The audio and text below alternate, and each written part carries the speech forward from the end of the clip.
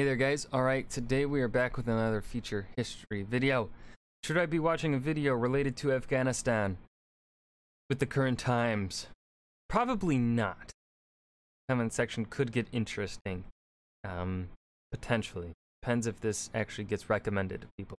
Which, knowing my luck with YouTube, probably fucking not. YouTube doesn't like me. Anyways, before we get into the video, remember to go check out the links below in the description box or in my pinned comment in the comment section. The most important link there being the link to my Twitch channel, where we are currently playing through Ghost of Tsushima, New Game Plus, and Divinity Original Sin 2. I hope to see you guys there.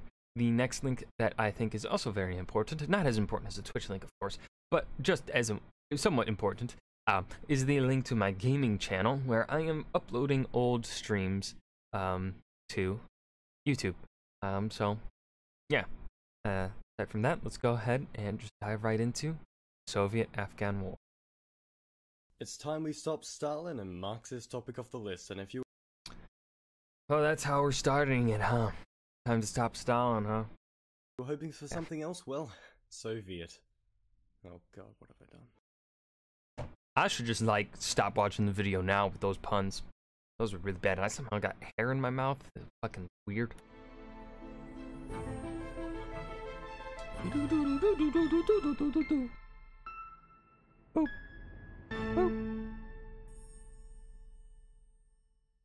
Hello and welcome to Feature History, brought to you by the Great Courses Plus, more on that later, and featuring the Soviet-Afghan War, a war where the battles were won and the war was lost.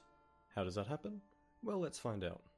Well, it happens just like the United States and Vietnam. Battles won, war still lost. First, we must understand what Afghanistan is. It's a country that sits in a harsh, almost inhospitable area between the traditional crossroads of great powers. Forces yeah, they pretty much, they very poor geography. From India, the Far East, the Middle East, and the West have all attempted to pass and fallen before Afghanistan, the graveyard of empires. Initially inhabited by many mixed tribal groups, its people survived in the many valleys of the region, completely isolated from the outside world. The politics and diplomacy of it simply irrelevant to them. In the 19th century, the region was of interest to the large Russian and larger British empires, who had swooped across Asia taking as much land as they could, constantly cautious of one another. Afghanistan's borders were rather incidentally carved as a buffer between the two empires, leading to many arbitrary mixing and splitting of ethnic groups. The British would take many tours into Afghanistan to seize its pivotal central position on the map.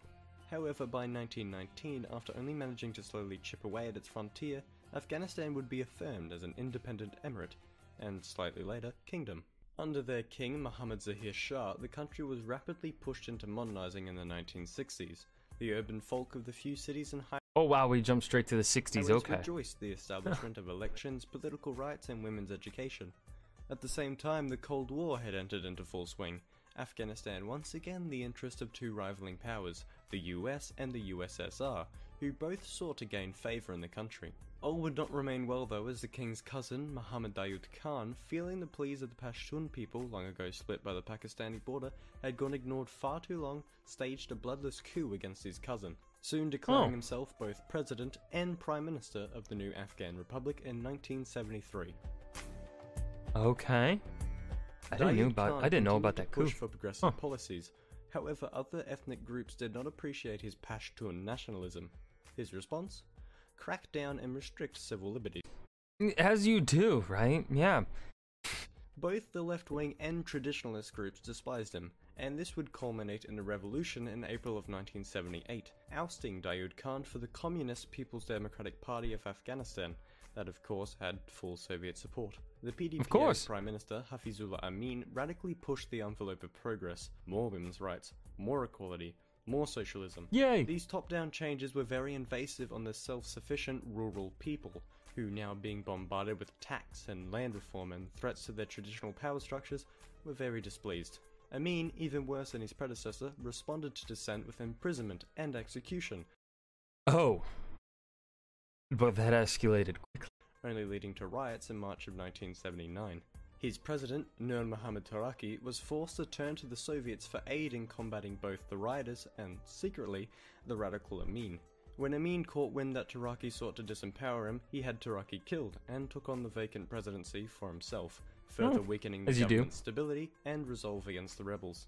General Secretary of the Soviet Union, Leonid Brezhnev, decided the USSR must take control of the situation themselves, remove the uncontrollable Amin, and pacify the anarchy.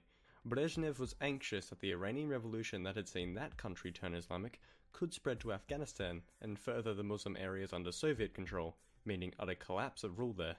This could not and would not happen. Now, briefly to interrupt myself, I'm sure you won't mind, we've learned about the Soviet stance on the Middle East. How about the US's stance? It just so happens the great...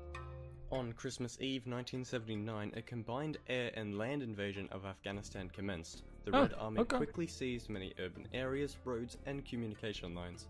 Amin himself was captured and executed to be replaced by the more moderate Babrak Kemal. Disputes swiftly erupted internationally on whether this was an intervention or an invasion. Both. The West and many Muslim countries decided on the latter. The tribal warlords had been repulsed to the mountains by the invasion, but this would only spell a new stage in their struggle. The foreign atheist/orthodox invader gave credence to this being a jihad, or holy war, and the warlords were soon united as the Mujahideen, committed to combating the Soviets. The US had had their eyes on things for some time, and now saw a lovely opportunity to sow shit in the Soviets' backyard. They began funneling equipment through Pakistan to the Mujahideen. The US wanted to contain communism, of course, the Mujahideen wanted Afghanistan independent and Islamic, and Pakistan didn't mind some pan-Islamic cooperation. Really, everybody wins. Oh, except the Soviets, of course. Of course, as long as the Soviets lose, that's all that matters. Wasn't it, though, as the Mujahideen's call for jihad had also seen many independent fighters and financiers come from abroad to join. One such notable figure was Osama bin Laden. You might have heard of him. No, I've never heard of the man. Never heard of him. Totally. Never. In the end, despite all the support, the Soviets still held a clear upper hand. Under the guidance of Ahmad Shah Massoud, the Mujahideen indulged in guerrilla warfare, initiating a repeated and grueling effort for the Soviets to Translation Service Air. drive away the fighters, only for them to boomerang right back. It seemed as if for every fighter they killed, his death aided in the recruitment of 5 more, eager to become a martyr. The Red Army's constant successful search and destroy missions were also in vain, as no matter how many battles they won, they continued to lose the war. It wasn't until 1985 this routine had finally worn on the patience of Soviet politics and people, the illusion of the grand communist power beginning to disintegrate before them. Mikhail Gorbachev took over as General Secretary the same year, his unique foreign policy and anti-war sentiment rapidly shifting opinion in the Union. The next year, the war effort... Gorbachev definitely... I'm honestly, when people talk about Gorbachev, I always then... I've always found myself just mind blown, I guess the proper word for it, that he's still alive. Like, I think he's in his 90s now, maybe, or late 80s, but like, just the way he's talking, because he's a super important historical figure, and he's still alive. Like, I don't know why I find him still being alive more fascinating than I find, I guess, Jimmy Carter being alive. I don't know why that is. Effort was only further degraded as Stinger missiles began to be supplied to the Mujahideen, accurately downing Soviet helicopters and crippling the army's ability to scale the high mountains. An exit strategy would be put in place. It switched out Kemal for Mohammad Najibullah and saw new attempts to transfer the burden of fighting on the Afghan army itself. This would be ramped up further in 1988 when Gorbachev officially signed off on the Geneva Accords, an agreement that would see the USSR begin withdrawal and no further intervention from any power. This concluded in 1989 when the last of the Red Army left Afghanistan, ending the Soviet-Afghan War, but not the war. The Mujahideen continued to resist. So we're still going to talk about... Okay. I like that they're doing this. Najibullah's government well past the withdrawal. For the Soviet Union, it continued to aid that government until in 1991 the Union itself unraveled, with fault to the prior involvement and Gorbachev's reforms. Najibullah disbanded the government when in 1992 the warlords of the Mujahideen had finally surrounded the capital, Kabul. At the gates of victory, they sought to reach an agreement of how things would move forward. All agreed at Massoud's proposal that they rule in an Islamic coalition government, except for one, Gulbuddin Hekmatyar, who sought sole rule. And so war continued for several years between Massoud's alliance and Hekmatyar's Pakistani-backed army. It seemed that in 1994 Massoud had bested Hekmatyar, until a man by the name of Muhammad Mullah Ahmad rallied his followers to further the fight against Massoud. They called themselves the Taliban. Pakistan's favour transferred to this new group, and in 1996 the Taliban had seized control of much of the country and took Kabul, brutally executing the former president Najibullah and declaring themselves Is that a real photo? Am I looking at a dead body right now? an Islamic emirate. Massoud, however, ignored their taunts and was unwavering in his resistance, continuing to fight from the north of the country with what few of his allies remained. It unfortunately ended when on September 9, 2001, Massoud was assassinated by Taliban members who had claimed themselves to be reporters. The alliance, without the leadership of their national hero, was surely doomed. Though, as I'm sure all viewers are swift to notice, merely 2 days later, the terrorist cell Al-Qaeda attacked the World Trade Center in New York. I like that they made the establishment that the Al-Qaeda are separate from the Taliban. However, they do work pretty much together. Like, the Al-Qaeda is inside of the Taliban. I don't know how to explain that any better. Their leader, Osama bin Laden, was offered shelter in Taliban-controlled Afghanistan. The attacks provoked US President George W. Bush to declare a war. I also like how, right, because the Soviet-Afghan war, I do not believe, can be separated from the war in Afghanistan by the United States. I do not think that these two, I guess,